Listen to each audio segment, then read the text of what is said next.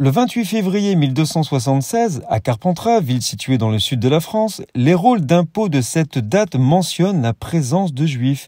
Au Moyen Âge, les Juifs étaient souvent considérés comme une minorité à part, ayant souvent été confrontés à la discrimination et à la persécution dans différentes parties d'Europe, y compris en France. La ville néanmoins garde le souvenir de cette première présence avec la rue de l'Ancienne Juiverie où se situait une synagogue. La communauté avait aussi un cimetière situé dans le nord de la ville. Lors de la destruction des remparts au milieu du XIXe siècle, des vestiges de pierres tombales avec inscription hébraïque de ce cimetière primitif ont été retrouvés. Ces fragments sont depuis conservés dans un musée local. Carpentras était l'une des rares villes de France où les Juifs avaient le droit de résider à l'époque médiévale.